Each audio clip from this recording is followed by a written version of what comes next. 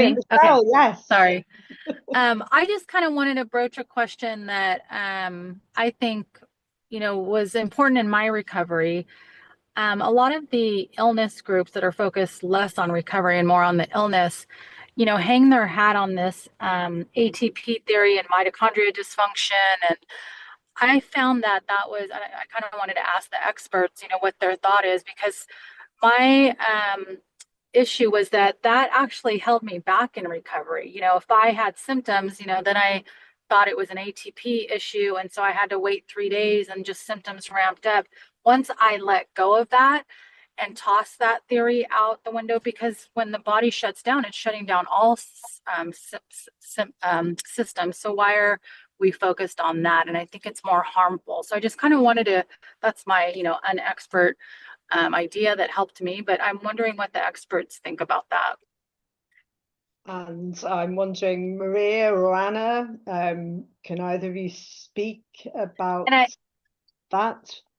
and I just did want to add to Jason's question was I went the Western medical route for so many years and finally had to go to mind body. So that's what convinced me.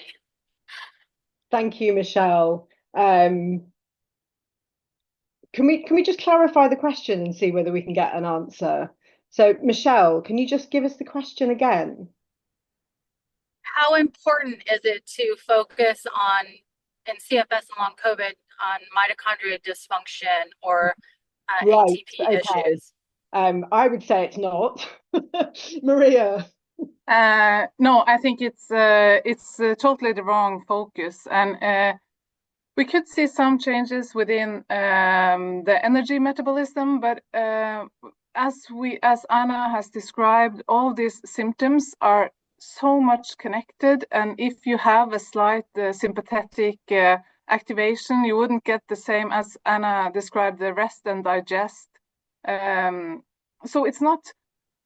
Even though if you could see a slight rise in lactate, or it's just part of this imbalance, and it's not mitochondrial dysfunction or disease itself. It's just yet another slight physiological sign of how these systems are a bit out of whack. Thank you, Maria. And I mean, my degree was in biochemistry, so I absolutely wrapped myself in knots trying to remember the Krebs cycle and all these things that I thought I'd forgotten from 30 years ago.